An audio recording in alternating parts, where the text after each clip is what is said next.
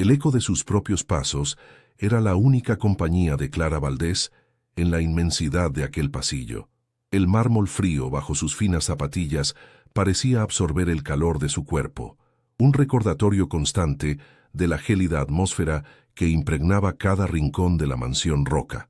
A sus 23 años, su vida se había convertido en un susurro, una existencia contenida entre paredes que olían a cera cara y a una soledad antigua. Se detuvo frente al ventanal que dominaba el jardín geométricamente perfecto, un paisaje tan cuidado y desprovisto de alma como todo lo demás. La luz pálida del atardecer madrileño se filtraba a través del cristal, dibujando su silueta frágil y solitaria. No era tristeza lo que sentía, sino un vacío profundo, una ausencia de color en un mundo pintado en tonos de gris. Era la niñera de un niño que no hablaba, en una casa donde el silencio era la norma. Esta jaula dorada esconde más secretos de los que nadie imagina, y el dueño de la mansión está a punto de pedirle a Clara algo que destrozará su inocencia para siempre. ¿Te atreves a descubrir lo que se oculta en la habitación secreta? Quédate hasta el final, porque la revelación cambiará todo lo que crees saber sobre el amor y la obsesión. Suscríbete ahora y déjanos un comentario contándonos qué crees que le pedirá el millonario. No te arrepentirás de formar parte de esta historia. Clara no siempre había vivido así. Su memoria guardaba el olor a tierra húmeda de Asturias, el sonido del mar Cantábrico chocando contra los acantilados y el calor del pequeño negocio familiar que se había derrumbado como un castillo de naipes. La quiebra los había arrastrado a todos, obligándola a abandonar sus estudios de literatura y a convertirse en el pilar de una familia rota, una madre cuya salud se desvanecía con la misma rapidez que sus ahorros, y una hermana pequeña cuyos sueños ahora dependían del sueldo de Clara. Madrid era una bestia de asfalto y ruido que contrastaba violentamente con la paz de su pueblo. Este trabajo, conseguido a través de una agencia exclusiva, era a la vez su salvación y su condena, un exilio de lujo que le permitía enviar dinero a casa a costa de su propia juventud. Su timidez, a menudo confundida con debilidad, era en realidad una armadura, forjada en el yunque de una educación conservadora y el peso constante de ser la responsable, la que nunca podía fallar. Su virginidad era la última frontera de su mundo interior, un santuario intacto. No se trataba de un dogma religioso ni de un miedo paralizante, sino de una promesa silenciosa que se había hecho a sí misma. Entregaría su cuerpo solo cuando su corazón estuviese completamente a salvo, cuando el amor fuera un refugio y no un campo de batalla. En su realidad precaria, donde cada día era una lucha por la supervivencia emocional y económica, esa clase de amor parecía una fantasía lejana, un cuento de hadas de los que leía en los libros que atesoraba como reliquias de una vida que pudo ser. Chase. Única luz en su existencia monótona era Leo, el pequeño de 6 años a su cargo, un niño con los ojos de su padre, grandes y oscuros, pero velados por una tristeza que ningún infante debería conocer. No había pronunciado una sola palabra desde la muerte de su madre, 2 años atrás. Su comunicación era un lenguaje secreto tejido con dibujos, miradas y pequeños gestos que solo Clara parecía comprender. Ella no intentaba forzarlo a hablar, en cambio, se sumergía en su silencio, creando un mundo paralelo para ambos en la sala de juegos, un universo de colores y fantasía que contrastaba con la rigidez del resto de la mansión. Cuidar de Leo era su ancla, la única misión que le daba un propósito genuino, más allá de la mera supervivencia, sintiendo que al sanar al niño, quizás, podría empezar a sanar sus propias heridas invisibles. La mansión Roca, enclavada en el corazón de La Moraleja, no era un hogar, sino un mausoleo, un monumento al éxito y al dolor de su dueño. Los techos altos parecían diseñados para empequeñecer a sus habitantes. Los muebles de diseño eran esculturas intocables y los pasillos infinitos, siempre impecables, daban la sensación de estar en un museo después de la hora de cierre. Clara a menudo se sentía como una intrusa, una figura espectral que se deslizaba por las estancias sin dejar huella. El personal de servicio, escaso y discreto, se movía con la misma eficiencia silenciosa, reforzando la atmósfera opresiva. Era un lujo que asfixiaba, una belleza que no ofrecía consuelo, sino que servía como un recordatorio constante de la distancia insalvable entre su mundo y el de los dueños de aquel imperio de cristal y mármol. Por las noches, cuando Leo ya dormía, y el silencio se volvía aún más denso, el vacío amenazaba con devorarla. Recorría la biblioteca, pasando los dedos por los lomos de cuero de libros que parecían no haber sido abiertos jamás. Buscaba refugio en las historias de otros, en pasiones y aventuras que le parecían pertenecer a otra especie. Se sentaba en el alféizar de la ventana de su pequeña habitación, en el ala de servicio, y observaba las luces de Madrid a lo lejos, preguntándose cuántas vidas se estaban desarrollando allí fuera, cuántas risas, cuántos besos, cuántas lágrimas se derramaban mientras ella permanecía suspendida en aquel limbo de opulencia y desolación. La vida que vivía no era suya, era una pieza funcional en el complejo engranaje de la familia Roca, un engranaje cuyo motor, el señor Damián Roca, permanecía siempre invisible y ominosamente presente. Aunque rara vez lo veía, la presencia de Damián Roca lo impregnaba todo. Era una fuerza gravitacional que dictaba los horarios, los menús, la temperatura de la casa y hasta el nivel de ruido permitido. El personal hablaba de él en susurros, con una mezcla de miedo y reverencia. Lo llamaban el Rey de Hielo, un hombre cuya fortuna era tan vasta como su frialdad emocional. Clara había construido una imagen de él a partir de fragmentos, un magnate tecnológico que se había hecho a sí mismo, un viudo recluido, un padre ausente. Sentía su mirada incluso cuando no estaba, en la perfección clínica de su entorno, en la disciplina férrea que regía la casa. Sabía que su encuentro era inevitable, y una parte de ella, la que anhelaba sentir algo, cualquier cosa, esperaba ese momento con una mezcla de terror y una inexplicable y peligrosa curiosidad. La vida de Clara en Madrid se regía por una monástica disciplina que comenzaba antes del amanecer. La primera luz del día la encontraba ya vestida con su sobrio uniforme, un atuendo que parecía diseñado para anular su identidad y convertirla en una pieza más del mobiliario. Su rutina era un ciclo inmutable: preparar el desayuno de Leo, acompañarlo en sus silenciosas lecciones con el tutor privado, pasear por los jardines impecables, donde cada hoja parecía estar en su lugar por decreto. No había espacio para la espontaneidad, para un impulso o un deseo propio. Cada hora estaba compartimentada, cada tarea definida. Era una existencia predecible y segura, pero esa seguridad tenía el sabor del estancamiento. Se sentía como una flor prensada entre las páginas de un libro antiguo, conservada pero sin vida, perdiendo su color y su aroma con cada día que pasaba en aquella jaula de cristal. Los jueves por la tarde eran el ancla y el yugo de su semana. Era el momento de la llamada a casa, a Asturias. Al otro lado de la línea, la voz de su madre, frágil y cargada de una culpa, no expresada, era un recordatorio constante del propósito de su sacrificio.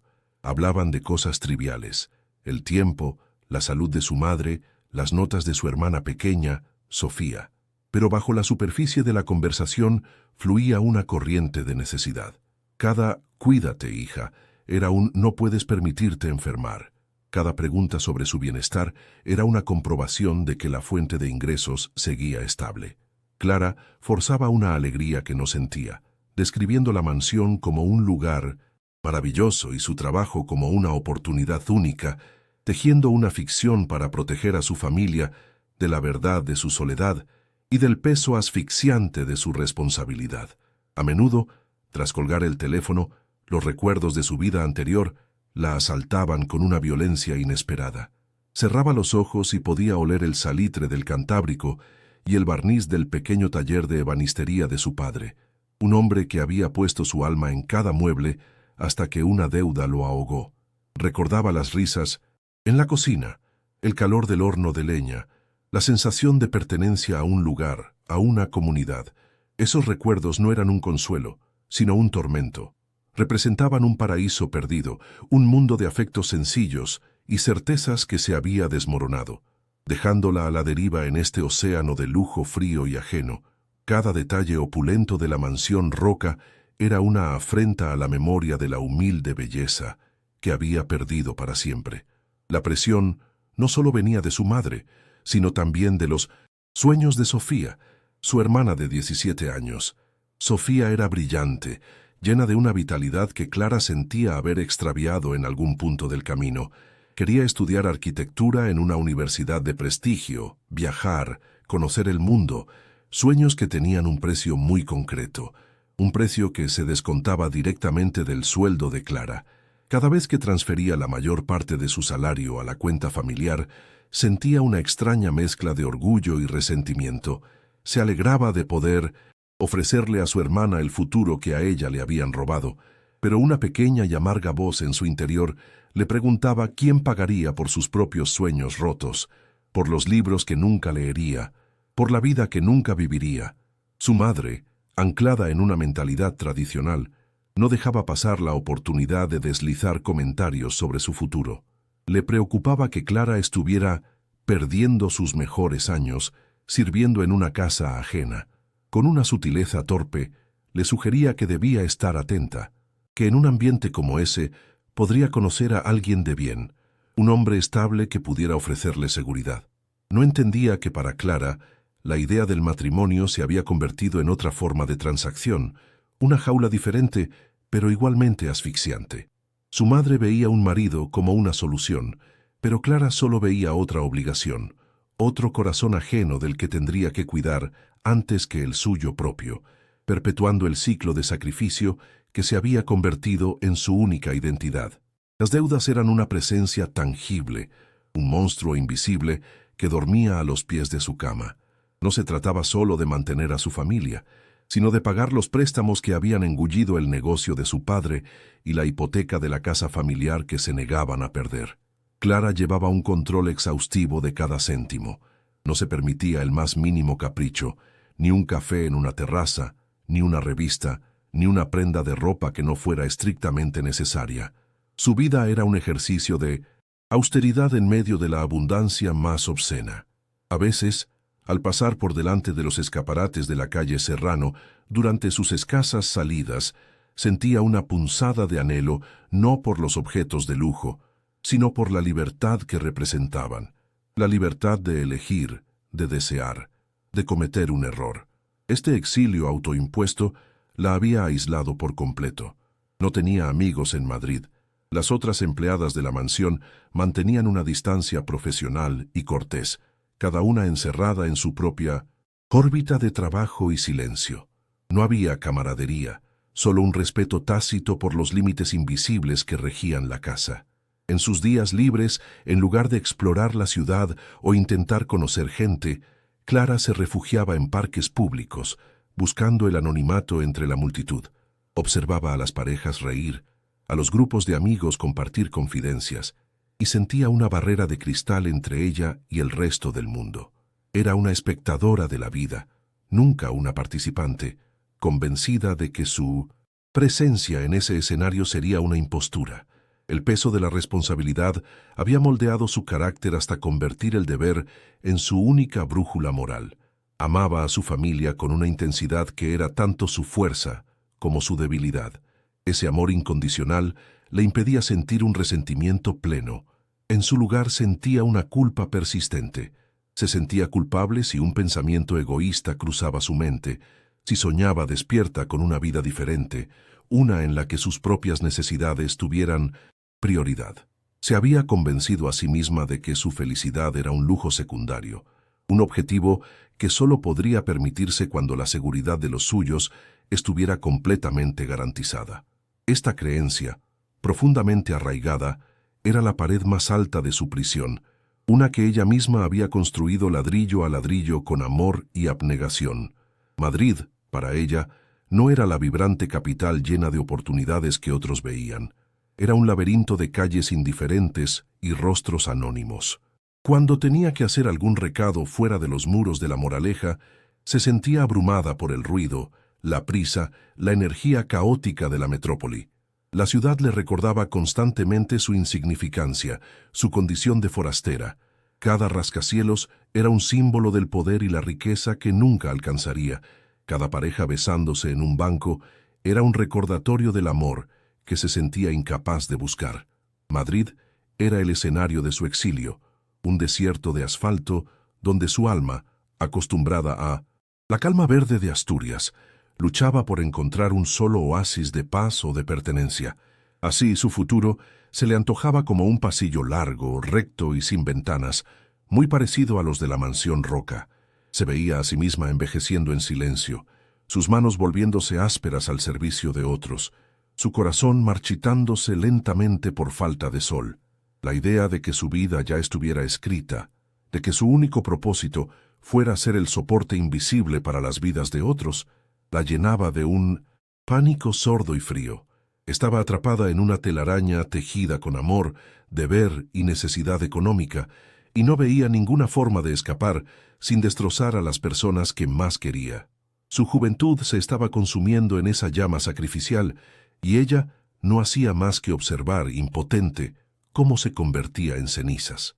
Fue una tarde de martes, gris y anodina, cuando la atmósfera de la mansión se alteró de forma casi imperceptible, como una bajada de presión antes de una tormenta.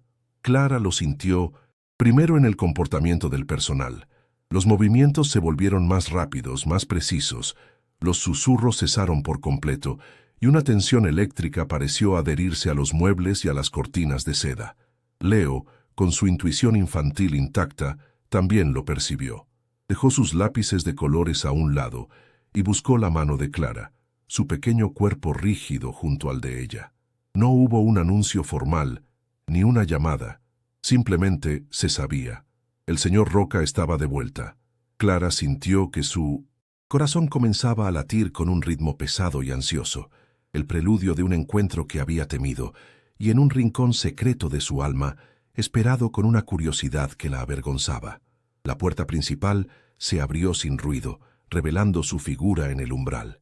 Damián Roca no entraba en una habitación, la ocupaba. Alto, con una silueta afilada enfundada en un traje gris marengo, que parecía hecho a medida para un dios del Olimpo corporativo, su presencia absorbía la luz y el sonido. Su rostro era una obra de arte severa, de ángulos marcados, y una boca firme que parecía no haber sonreído en años, pero eran sus ojos los que detenían la respiración.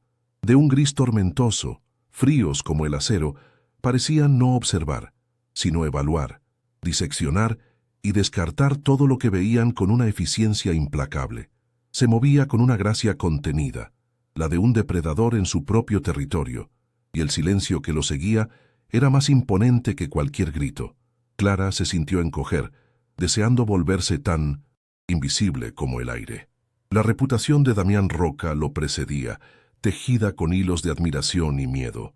La prensa económica lo aclamaba como un genio visionario, un rey Midas de la tecnología que convertía en oro cada empresa que tocaba.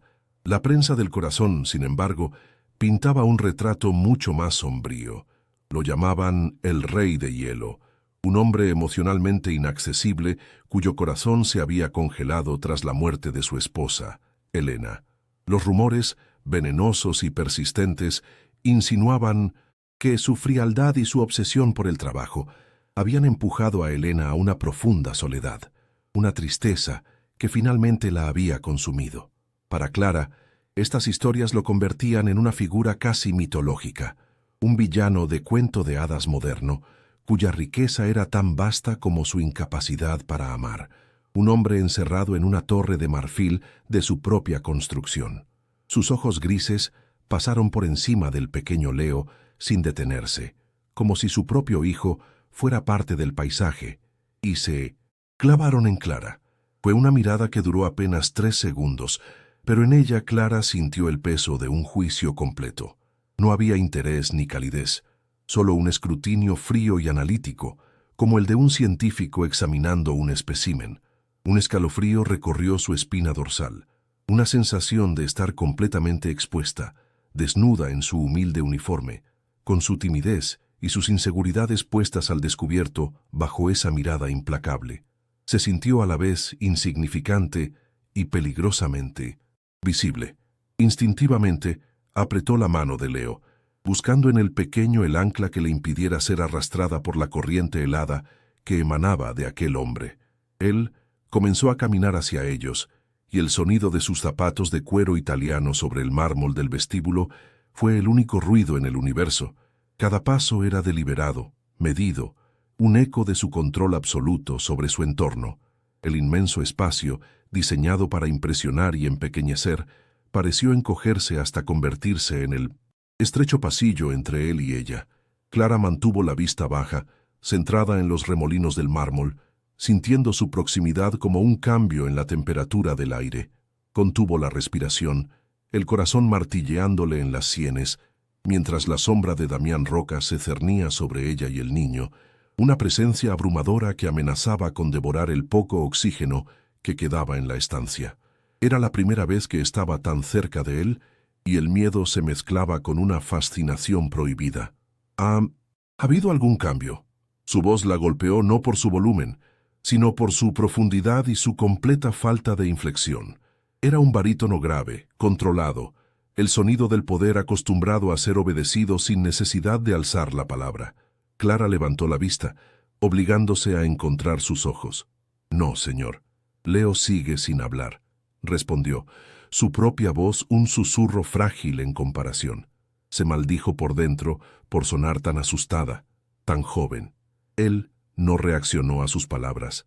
Su expresión permaneció impasible, pero sus ojos se desviaron hacia un dibujo que Leo había hecho, una explosión de colores caóticos que yacía sobre una mesita cercana. Para Clara, la conversación era una tortura. Cada segundo de silencio, una acusación de su propio fracaso en la tarea de sanar a su hijo. Damián dio un paso más, inclinándose ligeramente para observar el dibujo. En ese movimiento, el puño de su camisa rozó el dorso de la mano de Clara, que todavía sostenía la de Leo. El contacto duró una fracción de segundo, un roce de lino almidonado y piel, pero para Clara fue como una descarga eléctrica. Un calor violento e inesperado se extendió por su brazo, haciendo que su corazón diera un vuelco doloroso. Pudo percibir su aroma, una fragancia sutil y costosa de sándalo y cuero, una esencia masculina y sofisticada que contrastaba brutalmente con la atmósfera estéril de la casa. El contacto fue accidental, insignificante para él, pero para ella fue una transgresión, un evento sísmico que rompió la barrera invisible entre sus dos mundos. Al enderezarse, sus miradas se encontraron de nuevo, y esta vez fue diferente. La sorpresa por la reacción de su propio cuerpo debió de reflejarse en sus ojos, porque por un instante fugaz, la máscara de indiferencia de Damián se resquebrajó. Clara vio algo en la profundidad de sus pupilas grises, algo más allá del frío y el poder. Vio un destello de una soledad tan vasta y profunda que le pareció un abismo, un dolor antiguo, tan bien guardado, que se había petrificado, convirtiéndose en parte de su estructura. Y él, a su vez, pareció verla a ella por primera vez, no como la niñera, la empleada, sino como una mujer joven cuya sensibilidad era una herida abierta. Fue un momento de reconocimiento mutuo, silencioso y devastador. Se apartó bruscamente, como si el contacto o esa mirada compartida le quemaran. El muro de hielo se reconstruyó al instante, más alto y más grueso que antes. Dio una orden seca al aire, algo sobre unos documentos que debían estar en su despacho, y se giró sin una palabra más de despedida. Se alejó por el pasillo con la misma autoridad silenciosa con la que había llegado, dejando tras de sí un vacío vibrante y una estela de su perfume que se aferró al aire como un fantasma. La tensión en la habitación no se disipó con su partida. Al contrario, se condensó, se solidificó alrededor de Clara, dejándola atrapada en el eco de su presencia. El rey de hielo había mostrado una grieta, y ella había tenido la peligrosa imprudencia de asomarse a ella. Clara se quedó inmóvil, con la respiración contenida y la mano aún cosquilleante por el recuerdo del roce. El corazón le latía desbocado, no solo por el miedo, sino por algo nuevo y mucho más alarmante. Aquel breve encuentro la había alterado a un nivel fundamental. Había vislumbrado al hombre roto que se escondía detrás del magnate, al prisionero dentro de la fortaleza. Y esa visión la había conmovido de una forma que no podía permitirse. La semilla de 1900, una peligrosa empatía, quizás incluso de una atracción prohibida, había sido plantada en el terreno estéril de su soledad. Sabía, con una certeza aterradora, que su vida en aquella mansión acababa de cambiar para siempre. Ya no solo luchaba por su supervivencia, sino contra un sentimiento que amenazaba con destruirla. Tras aquel primer encuentro, la dinámica de la mansión se transformó sutilmente. La presencia de Damián Roca dejó de ser una leyenda susurrada para convertirse en una realidad tangible y opresiva. Ya no era un fantasma confinado en el ala oeste. Ahora sus pasos resonaban por los pasillos a horas inesperadas, su silueta aparecía en el umbral de una puerta o se recortaba contra un ventanal del jardín. Clara sentía su presencia como un cambio en la presión atmosférica, una corriente de aire frío que erizaba su piel y aceleraba su pulso. Cada vez que sus caminos se cruzaban, el aire se volvía denso, cargado de una electricidad no expresada. El silencio entre ellos ya no era vacío, sino que estaba lleno de las palabras que no se atrevían a pronunciar, de las preguntas que flotaban en el ambiente como motas de polvo a contraluz. En una ocasión, se encontraron de frente en el estrecho pasillo que conducía a la biblioteca. No había escapatoria. Él se detuvo, bloqueando el paso, y ella levantó la vista por instinto, quedando atrapada en la intensidad de su mirada gris. El espacio entre ellos era tan reducido que Clara podía ver el leve cansancio que sombreaba sus ojos, las finas líneas de tensión alrededor de su boca. El recuerdo del roce accidental de sus manos volvió a ella con una fuerza abrumadora, un calor fantasma que le subió por las mejillas. Se quedaron así, suspendidos en el tiempo por un lapso que pareció una eternidad, dos mundos colisionando en el silencio de un corredor. Él no dijo nada, pero sus ojos lo decían todo. La veía, realmente la veía, y esa atención era a la vez aterradora y embriagadora. Damián comenzó a observar a Clara, pero no de la manera fría y evaluadora de antes. Lo hacía desde la distancia, con una curiosidad que rayaba en la obsesión. A menudo, cuando ella estaba en la sala de juegos con Leo, sentía una presencia en el umbral y, al girarse, lo encontraba allí, de pie, con los brazos cruzados, estudiando la escena.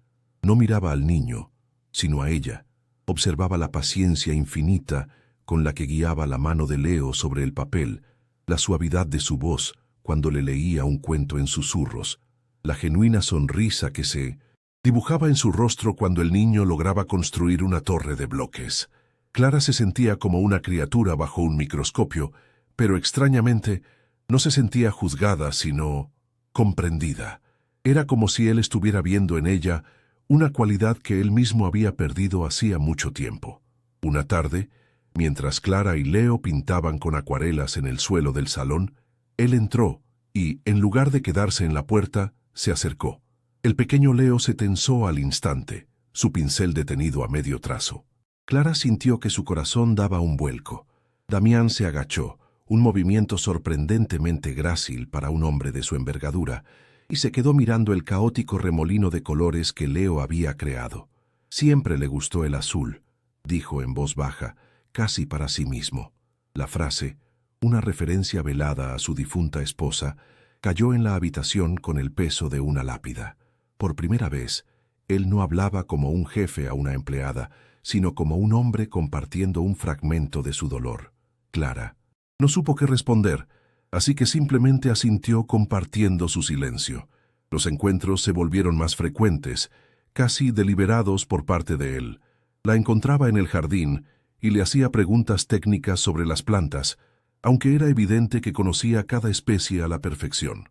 La interceptaba cerca de la cocina para comentar el menú de Leo, una tarea que siempre había delegado en el ama de llaves.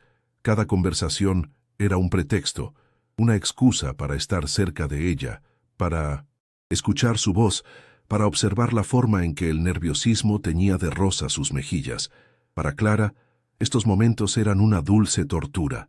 Su cuerpo reaccionaba a su proximidad con una traicionera llamarada de calor, mientras su mente le gritaba que se alejara, que aquel hombre era un abismo al que no debía asomarse.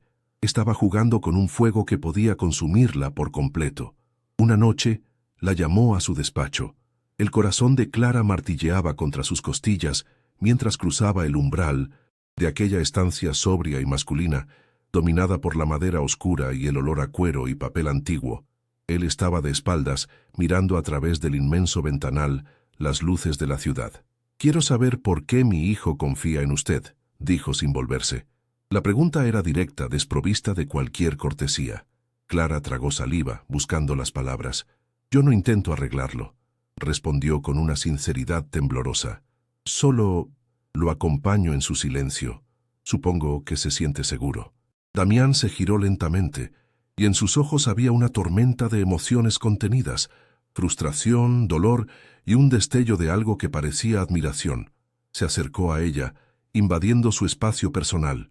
«Acompáñeme a mí también», susurró, y la petición sonó más como una súplica que como una orden. A partir de ese momento, la tensión se volvió casi insoportable. Él parecía luchar una batalla interna cada vez que estaba cerca de ella. A veces la trataba con una frialdad cortante, como si se arrepintiera de cualquier atisbo de cercanía, ignorándola en los pasillos y dirigiéndose a ella con una formalidad glacial.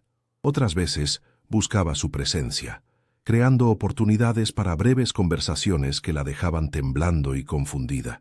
Era un baile agónico de atracción y rechazo. Damián se sentía atraído por la luz y la calma que Clara irradiaba, una calidez que amenazaba con derretir el hielo que protegía su corazón herido. Pero esa misma calidez le aterraba, porque sentir de nuevo significaba exponerse al dolor, y la memoria de Elena era una herida que se negaba a cerrar. Clara, por su parte, se encontraba atrapada en un dilema moral que la desgarraba por dentro. El deseo, una fuerza que había mantenido dormida durante toda su vida, había despertado con una violencia que la asustaba. Anhelaba la cercanía de Damián, la profundidad de su mirada, la posibilidad de descubrir al hombre que se escondía tras la máscara de poder. Pero ceder a ese deseo se sentía como una traición a sus propios principios, a la promesa que se había hecho de esperar un amor seguro y apacible, y una traición a su familia, cuyo futuro dependía de que ella mantuviera la cabeza fría y no cometiera ningún error que pudiera costarle el trabajo. Su corazón y su deber estaban en guerra, y ella se encontraba en medio del campo de batalla. Los sueños de Clara se convirtieron en un territorio prohibido, el único lugar donde se permitía explorar lo que sentía. Soñaba con sus manos grandes y fuertes rozando las suyas, con su voz grave susurrando su nombre, con sus ojos grises perdiendo su frialdad para mirarla con una ternura que la desarmaba. Despertaba con el corazón acelerado y una sensación de culpa que la acompañaba durante todo el día. Se sentía sucia, desleal. ¿Cómo podía desear a un hombre que era su jefe, un viudo que claramente no había superado a su esposa, un millonario cuyo mundo estaba a galaxias de distancia del suyo? Cada pensamiento sobre él era una transgresión, un paso más hacia un precipicio del que intuía que no habría retorno. Él también parecía atormentado. Clara lo veía a menudo paseando por los jardines de noche, una figura solitaria envuelta en sombras, con la tensión visible en sus hombros. A veces lo encontraba en la biblioteca, con un libro abierto sobre el regazo, pero la mirada perdida en el vacío. Vislumbraba en él una soledad tan profunda y desoladora que le partía el alma. Su empatía natural luchaba contra su instinto de supervivencia. Quería consolarlo, aliviar esa carga invisible que lo aplastaba, pero sabía que acercarse demasiado era peligroso. Él era un sol negro, una estrella colapsada cuya gravedad podía absorberla y aniquilarla, dejando solo un eco de la persona que había sido. La conexión entre ellos se cimentó a través de Leo. El niño se convirtió en el puente silencioso que unía sus dos islas de soledad. Cuando Damián veía a su hijo sonreír por primera vez en meses ante una tontería de Clara, o cuando encontraba un dibujo de los tres, una figura grande, una mediana y una pequeña, torpemente unidas de la mano, su armadura se agrietaba un poco más. Empezó a unirse a ellos en sus rutinas, sentándose en silencio mientras leían un cuento o participando torpemente en un juego de construcción. En esos momentos no era el magnate Damián Roca, sino simplemente un padre intentando reconectar con su hijo, utilizando a Clara como traductora emocional para un lenguaje que había olvidado cómo hablar. El dilema de Clara se agudizó. Ya no se trataba solo de un deseo físico, sino de algo mucho más profundo y peligroso. Se estaba enamorando del hombre roto que Damián le permitía entrever. Se enamoraba de su vulnerabilidad oculta, de la forma en que su mirada se suavizaba al observar a Leo, del dolor que intentaba ocultar tras una fachada de arrogancia. Y eso era inaceptable. Amar a Damián Roca era una sentencia. Significaba renunciar al control de su propia vida, entregar su corazón a un hombre emocionalmente indisponible, atrapado por los fantasmas de su pasado. Significaba aceptar un amor que, con toda seguridad, acabaría por destrozarla. La seguridad que tanto había anhelado se había convertido en la jaula de la que ahora deseaba escapar. Un día, mientras ordenaba la ropa de Leo, encontró un pequeño coche de juguete de madera, claramente hecho a mano. Se lo enseñó al niño, quien lo tomó y lo acarició con una ternura infinita. Más tarde, Damián los vio con el juguete y su rostro se contrajo en una mueca de dolor. «Lo hice para su cuarto cumpleaños», dijo con la voz ahogada. «Elena me ayudó a pintarlo. Fue la última vez que la vi sonreír». La confesión fue un golpe directo al corazón de Clara. Él le estaba abriendo una ventana a su intimidad más dolorosa, haciéndola partícipe de su duelo. Ya no había vuelta atrás. La línea entre empleada y confidente se había borrado para siempre, y Clara supo que estaba irremediablemente perdida. El deseo que sentía por él se transformó. Ya no era solo una atracción física, sino una necesidad casi espiritual de conectar con él, de aliviar su sufrimiento. Quería ser el bálsamo para sus heridas, la luz en su oscuridad. Esta nueva emoción era aún más peligrosa porque la despojaba de todas sus defensas. El instinto de protegerlo se volvió más fuerte que el de protegerse a sí misma. Veía la bondad sepultada bajo capas de dolor y arrogancia y sentía la necesidad de excavar hasta encontrarla. Se estaba convirtiendo en la salvadora que nunca quiso ser, sacrificando su propia paz por la de un hombre que quizás nunca podría amarla de vuelta. Su virginidad, antes un símbolo de autocontrol, ahora le parecía una carga, un muro que la separaba de la experiencia completa de la entrega. La tensión alcanzó su punto álgido una noche de tormenta. Los truenos sacudían los cimientos de la mansión y Leo, aterrorizado, se había refugiado en la cama de Clara. Damián apareció en la puerta de su habitación, con el pelo revuelto y una expresión de desesperación en el rostro. Sus ojos se encontraron por encima de la cabeza del niño dormido. En la penumbra, iluminados solo por los relámpagos intermitentes, las máscaras cayeron. Se miraron con una honestidad brutal, reconociendo el vínculo innegable que había crecido entre ellos, una planta salvaje que había echado raíces en el terreno más improbable. Él dio un paso dentro de la habitación, y el aire se cargó con la promesa de una transgresión inminente. Él no dijo nada. Simplemente se acercó a la cama y observó a su hijo, que dormía plácidamente abrazado a Clara. Su mirada viajó del rostro sereno de Leo al de ella, y por un instante, Clara vio en sus ojos un anhelo tan profundo que la dejó sin aliento. Anhelaba esa paz, esa conexión, esa calidez. Extendió una mano, como si fuera a tocarle la mejilla, pero se detuvo a escasos centímetros de su piel. Podía sentir el calor que emanaba de su palma, una energía que la atraía como un imán. La tentación de inclinarse hacia su tacto, de cerrar la distancia, fue casi irresistible. El autocontrol que había definido toda su vida estaba a punto de hacerse añicos. Finalmente, retiró la mano como si se hubiera quemado y retrocedió, su rostro una máscara de conflicto. La lucha interna era visible en cada músculo tenso de su mandíbula. Se pasó una mano por el pelo, un gesto de frustración y derrota. «Esto no puede seguir así», murmuró, sus palabras apenas audibles por encima del sonido de la lluvia contra los cristales. Clara sintió un nudo de hielo en el estómago. Pensó que iba a despedirla, que había cruzado una línea invisible y que todo había terminado.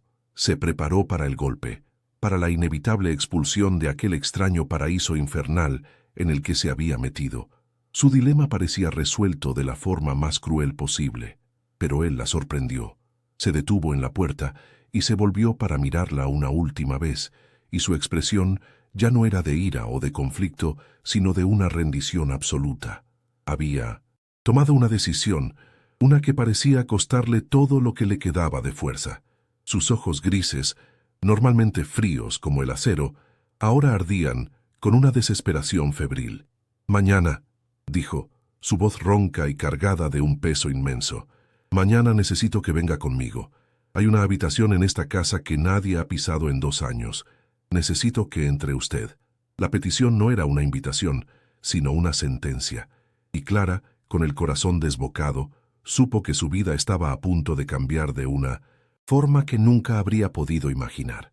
Al día siguiente, el sol de la mañana se filtraba débilmente por los altos ventanales, pero no traía consigo calor ni esperanza, solo una luz grisácea que acentuaba la solemnidad de la mansión. Damián la esperó al pie de la gran escalera, su rostro más pálido y tenso que de costumbre. No llevaba la armadura de sus trajes de negocios, sino una simple camisa de lino oscuro que, de alguna manera, lo hacía parecer más vulnerable y, a la vez, más imponente. No pronunció una sola palabra. Simplemente, con un gesto de la cabeza, le indicó que lo siguiera. Clara sintió que sus pies se convertían en plomo.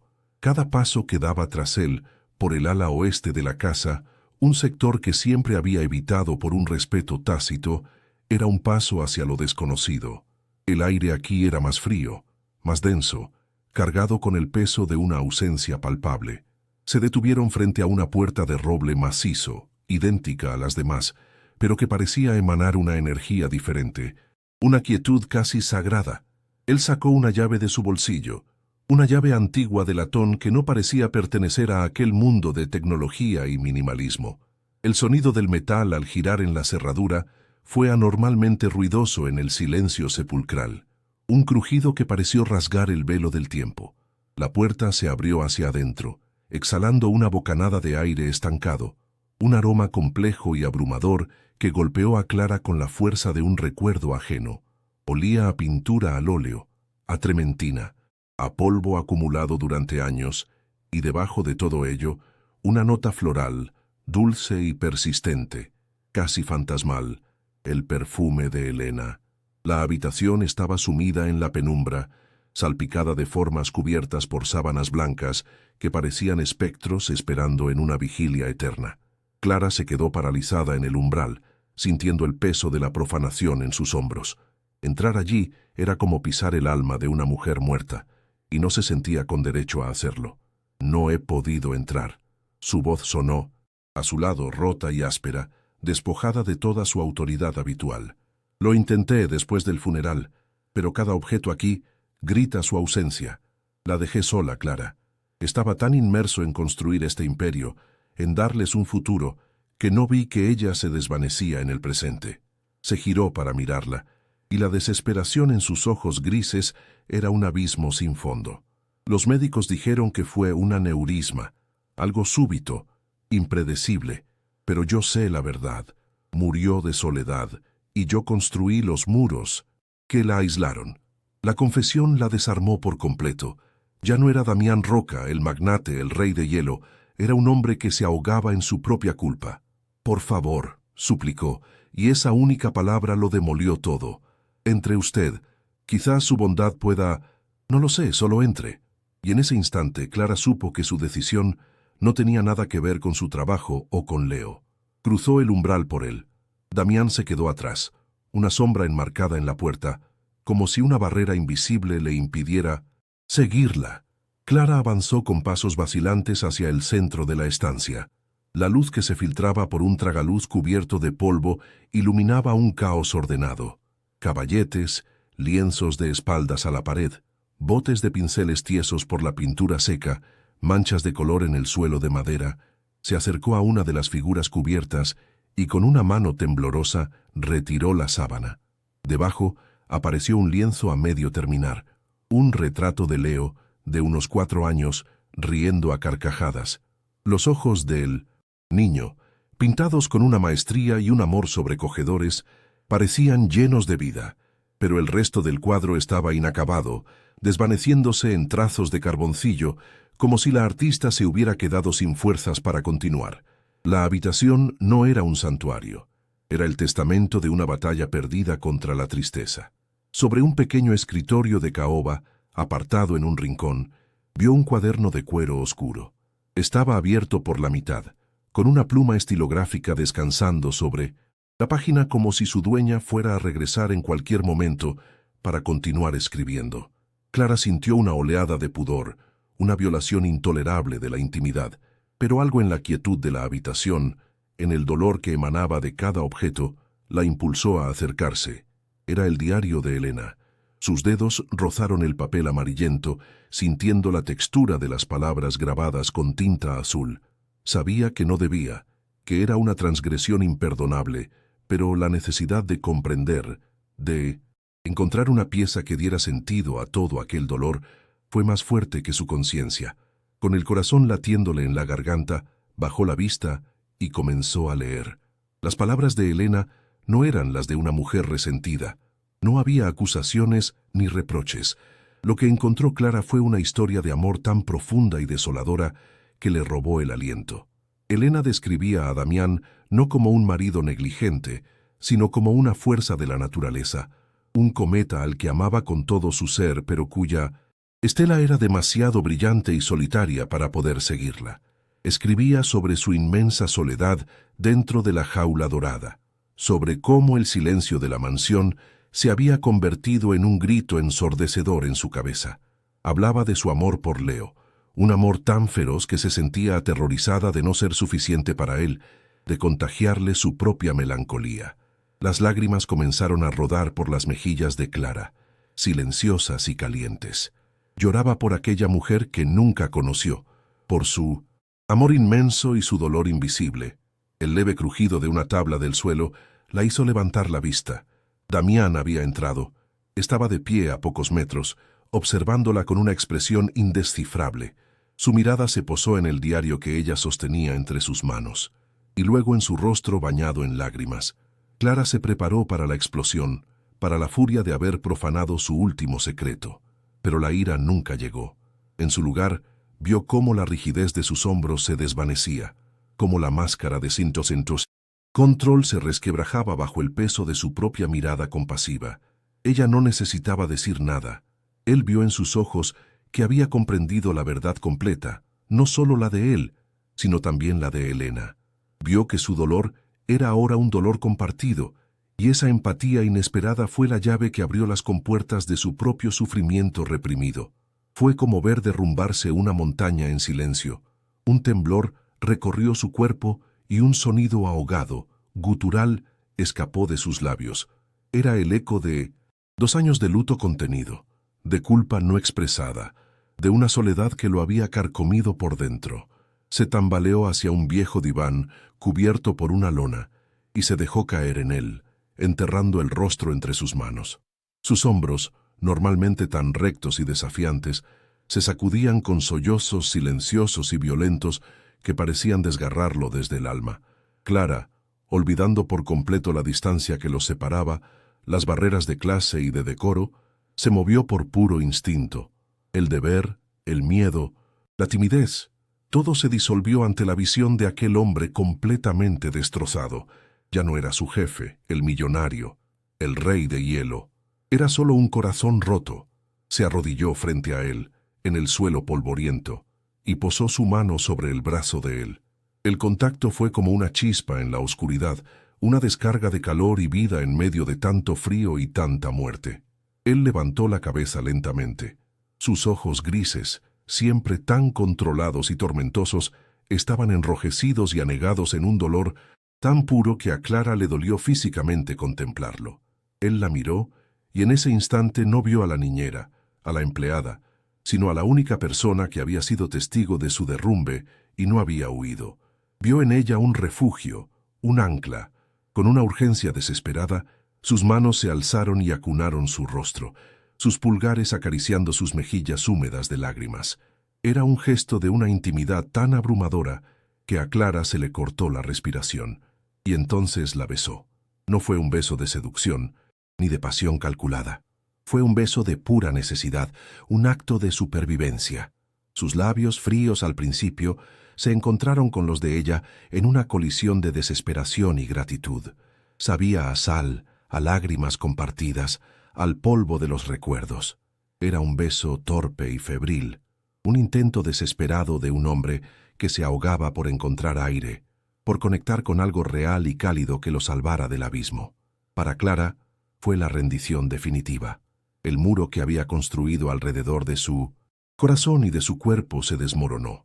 En ese beso, en el santuario de una mujer muerta, entregó su primer beso y con él la promesa silenciosa de su inocencia.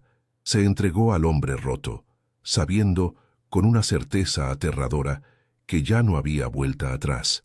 El beso se rompió con la misma brusquedad con la que había comenzado.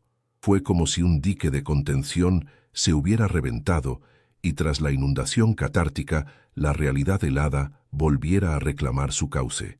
Damián se apartó de ella como si su piel ardiera, sus ojos grises, antes anegados en dolor, ahora se llenaban de un horror autoinfligido. Miró a su alrededor, al estudio de Elena, a los lienzos inacabados, al diario que yacía en el suelo, y el peso de la profanación cayó sobre él con una fuerza aplastante. Acababa de buscar consuelo en otra mujer en el santuario de su esposa muerta. La culpa, un veneno lento y corrosivo, se apoderó de su expresión, contorsionando sus facciones en una máscara de autodesprecio. Clara se quedó, arrodillada, con el sabor de sus lágrimas en los labios, sintiendo cómo el calor de la conexión se evaporaba, dejando un frío más intenso que cualquiera que hubiera conocido antes. Esto ha sido un error. Su voz fue un látigo de hielo, cortante y definitivo, despojado de cualquier rastro de la vulnerabilidad que había mostrado momentos antes. Cada palabra era una piedra lanzada para reconstruir el muro entre ellos, más alto y más infranqueable que nunca. No la miró al decirlo. Su mirada estaba fija en un retrato de Elena, una acusación silenciosa en el caballete. Se levantó con una rigidez que delataba su caos interior y sin una segunda mirada se dirigió a la puerta. No caminó, huyó. Clara lo escuchó salir, el sonido de sus pasos apresurados resonando en el pasillo, seguido por el clic brutal y definitivo de la puerta del estudio al cerrarse. La dejó sola, encerrada con el fantasma que ambos acababan de perturbar, el eco de su rechazo resonando en el silencio polvoriento de la habitación. Clara permaneció inmóvil en el suelo durante un tiempo que no pudo medir. El aire antes cargado de una intimidad dolorosa, ahora se sentía viciado, espeso por la vergüenza y el abandono. Se tocó los labios con la punta de los dedos, un gesto casi infantil. El beso había sido real, la conexión también, pero la consecuencia la había dejado sintiéndose sucia, utilizada, no como un objeto de deseo, sino como una herramienta para la absolución de él, un paño con el que había limpiado su herida para luego desecharlo.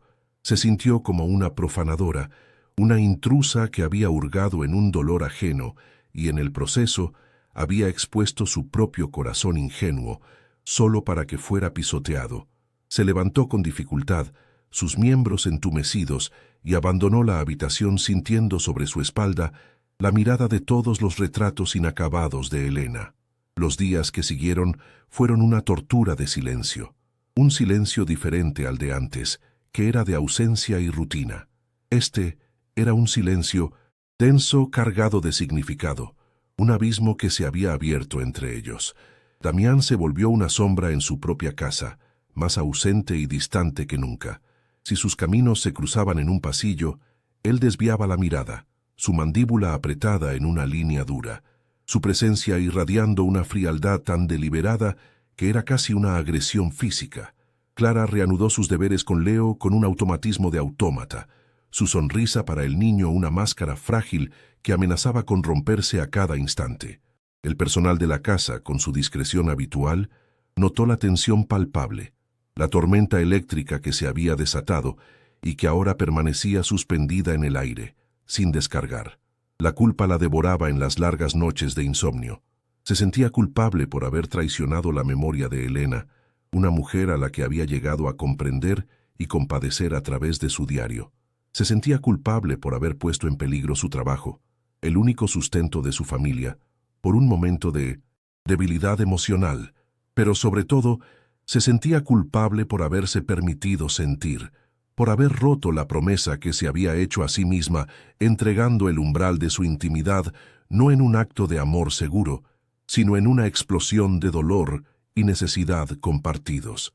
El recuerdo del beso era un bucle infinito en su mente, la desesperación en sus ojos, el calor de sus manos, la rendición instantánea de su propio cuerpo y, finalmente, el frío cortante de su rechazo. Cuando lo veía de lejos, en el jardín o a través de un ventanal, Damián parecía un hombre en guerra consigo mismo. Estaba más delgado, con unas ojeras que oscurecían su rostro y una energía febril y destructiva en cada uno de sus movimientos. Se había sumergido en el trabajo con una ferocidad que parecía un castigo autoimpuesto, encerrándose en su despacho durante horas interminables. Clara comprendió que su frialdad no era solo hacia ella.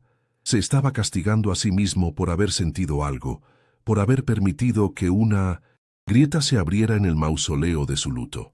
Al rechazarla a ella, se estaba rechazando a sí mismo, a cualquier posibilidad de volver a sentir, reafirmando su lealtad al fantasma de su esposa a través de la penitencia de la soledad. Su sufrimiento era un espejo del de ella, pero separados por un muro de orgullo y dolor. Leo, con su sensibilidad de sismógrafo emocional, percibió el terremoto que había sacudido los cimientos de su pequeño mundo, el progreso que había hecho, las tímidas sonrisas, los intentos de conectar se desvanecieron. Volvió a ser un niño ensimismado, aferrándose a la mano de Clara con una fuerza desesperada, como si temiera que ella también fuera a desaparecer. Sus dibujos se volvieron más oscuros, llenos de figuras aisladas y trazos violentos. Ver el retroceso del niño fue para Clara la consecuencia más dolorosa de todas. Su transgresión no solo la había herido a ella y a Damián. Ahora, la onda expansiva había alcanzado al ser más inocente y vulnerable de la casa, añadiendo una capa insoportable de responsabilidad a su ya pesada carga de culpa. Se sentía como una destructora de mundos. La llamada semanal a su madre se convirtió en una prueba de fuego. Tuvo que forzar una alegría que le resultaba obscena, describir la belleza de los jardines mientras su alma se sentía como un páramo, hablar de la tranquilidad de su trabajo cuando por dentro rugía una tormenta. Su madre, con su fina intuición, notó la tensión en su voz. «¿Estás bien, hija? Pareces cansada». Y Clara tuvo que mentir, tejiendo una red de falsedades para protegerla de una verdad que no entendería, una verdad que ni ella misma lograba descifrar. Colgó el teléfono sintiéndose más sola que nunca, una exiliada no solo de su hogar, sino también de su propia verdad, atrapada en una jaula de lujo cuyas barras ahora estaban hechas de su propio silencio y de sus sentimientos prohibidos. Sin embargo, en medio de la desolación, algo inesperado comenzó a brotar en el interior de Clara. El dolor, la humillación y la culpa eran reales y profundos, pero la experiencia la había cambiado de una forma irrevocable. El beso, en toda su caótica imperfección, había sido la primera vez que se sentía plenamente viva, la primera vez que una emoción cruda y poderosa la había atravesado sin filtros. Había derribado la armadura de la hija responsable, de la joven tímida y contenida. La conmoción de la caída fue brutal, pero al tocar fondo, descubrió una nueva solidez en su interior. Ya no era solo una espectadora de la vida. Había participado, había sentido, se había arriesgado y se había roto. Y en esa fractura, una nueva fuerza, una que no conocía, comenzaba a filtrarse. Ya no podía volver a ser la chica que se conformaba con observar desde la ventana.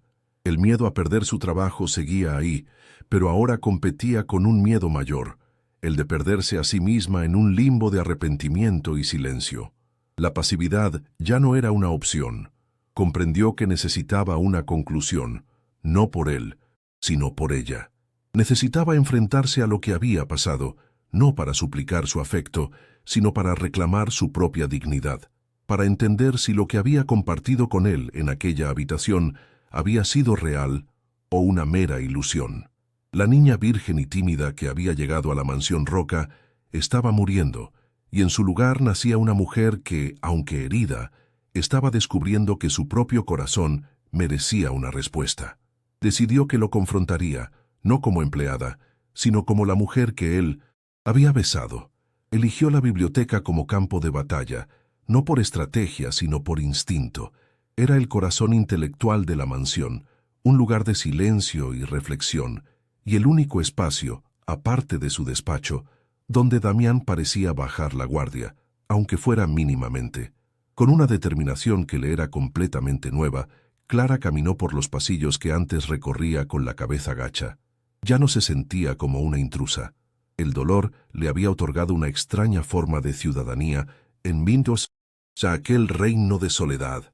Cada paso era una afirmación de su existencia, de sus sentimientos, de su derecho a una explicación. No buscaba una disculpa, ni una declaración de amor. Buscaba algo mucho más fundamental, el reconocimiento de su propia humanidad, de que el momento que habían compartido, por breve y caótico que fuera, había sido real para ambos y merecía un cierre digno, no un entierro en el hielo del silencio. Lo encontró de espaldas, frente a la chimenea apagada, sosteniendo una copa de whisky con una mano tan firme que desmentía la tormenta que Clara sabía que se libraba en su interior. No se giró cuando ella entró, aunque sin duda había oído sus pasos. Si ha venido por su salario, se adelantó una semana, dijo, su voz un témpano de hielo diseñado para herir y disuadir. Pero la antigua Clara, la que se habría encogido y balbuceado una disculpa, ya no existía. Se detuvo a una distancia respetuosa pero firme. «No he venido como su empleada, señor Roca», respondió, su voz sorprendentemente estable, clara como una campana en el silencio opresivo. «He venido como la mujer a la que besó en el estudio de su esposa, y esa mujer, aunque solo sea por respeto a sí misma, necesita entender qué fue lo que ocurrió». El impacto de sus palabras fue visible en la tensión de sus hombros. Dejó la copa con un golpe seco sobre la repisa de mármol y se giró lentamente. Su rostro, una máscara de furia controlada que no lograba ocultar el pánico en sus ojos. ¿Entender? No hay nada. ¿Qué entender? Fue un momento de debilidad, un error lamentable del que me arrepiento profundamente. Usted no debería haber estado allí. Yo no debería haberla llevado. Se acercó a ella, su imponente figura proyectando una sombra sobre ella, un último intento de intimidarla. Usted resquebrajó el hielo, me hizo sentir, y no tengo derecho a sentir nada que no sea el luto por mi esposa. Ahora, si me disculpa, tiene deberes que atender. Era un despido emocional, brutal y definitivo, pero sus ojos traicionaban la dureza de sus palabras, suplicando que ella aceptara la mentira y se fuera. Pero Clara no retrocedió. Sostuvo su mirada y en sus ojos ya no había miedo, sino una profunda y serena compasión que lo desarmó por completo. «Usted no me utilizó a mí», dijo en voz baja, cada palabra cuidadosamente elegida. «Usted se utilizó a sí mismo como un arma para castigarse. Lo que ocurrió en ese estudio no fue una traición a Elena. Por un momento, dos personas compartieron un dolor tan inmenso que las palabras no bastaban. Vi su sufrimiento y usted vio mi empatía. ¿Cree de verdad que el amor que ella le tuvo se honra construyendo un mausoleo a su alrededor y encerrándose dentro con su fantasma? Quizás el alma de Elena no necesita un guardián que la mantenga prisionera en el dolor, sino a alguien que, al permitirse sanar, finalmente la libere». Un silencio profundo cayó sobre la estancia, un silencio en el que algo pareció romperse y reconfigurarse. La verdad de las palabras de Clara colgaba en el aire, irrefutable y luminosa. Damián la miraba como si la viera por primera vez, no como la niñera tímida, ni como una tentación, sino como una mujer de una fuerza y una sabiduría emocional que él nunca había poseído. En ese instante, una pequeña figura apareció en el umbral de la biblioteca. Era Leo, con el pijama puesto y su cochecito de madera en la mano. Se acercó a ellos, atraído por la extraña calma que había reemplazado a la tensión. Miró a su padre, luego a Clara y entonces, señalando un cuadro en la pared, un paisaje marino dominado por un cielo intenso, pronunció una sola palabra, su primera palabra en 2 años. Una palabra clara, frágil y llena de significado. azul. Fue como si el sol irrumpiera tras un eclipse. El sonido de la voz de su hijo, una palabra que evocaba el color favorito de Elena, el color de sus ojos, el color del mar de su infancia, fue la absolución que Damián no sabía que estaba buscando. Sus ojos se llenaron de lágrimas, pero esta vez no eran de dolor, sino de una gratitud abrumadora. Miró a Clara por encima de la cabeza de su hijo, y en esa mirada no hubo jefes ni empleadas, ni reyes de hielo, ni doncellas asustadizas. Solo dos almas rotas que por un instante encontraron en los ojos del otro la promesa de un mapa para salir del largo invierno. No se tocaron, no dijeron nada más. No era necesario. La palabra de un niño había dicho todo lo que sus corazones no se atrevían a confesar. El camino que tienen por delante es incierto y está lleno de fantasmas que deben aprender a dejar ir. ¿Logrará Damián perdonarse y abrir su corazón? ¿Encontrará Clara el amor que tanto anhela sin renunciar a sí misma? Si esta historia ha tocado tu alma, no dejes que termine aquí. Suscríbete para no perderte ni un segundo de lo que está por venir. Dale a me gusta para apoyar su viaje y compártela con alguien que necesite creer en las segundas oportunidades. Y cuéntanos en los comentarios, ¿qué crees que será la primera frase completa que dirá Leo? Tu opinión es la pieza que falta en este puzzle emocional.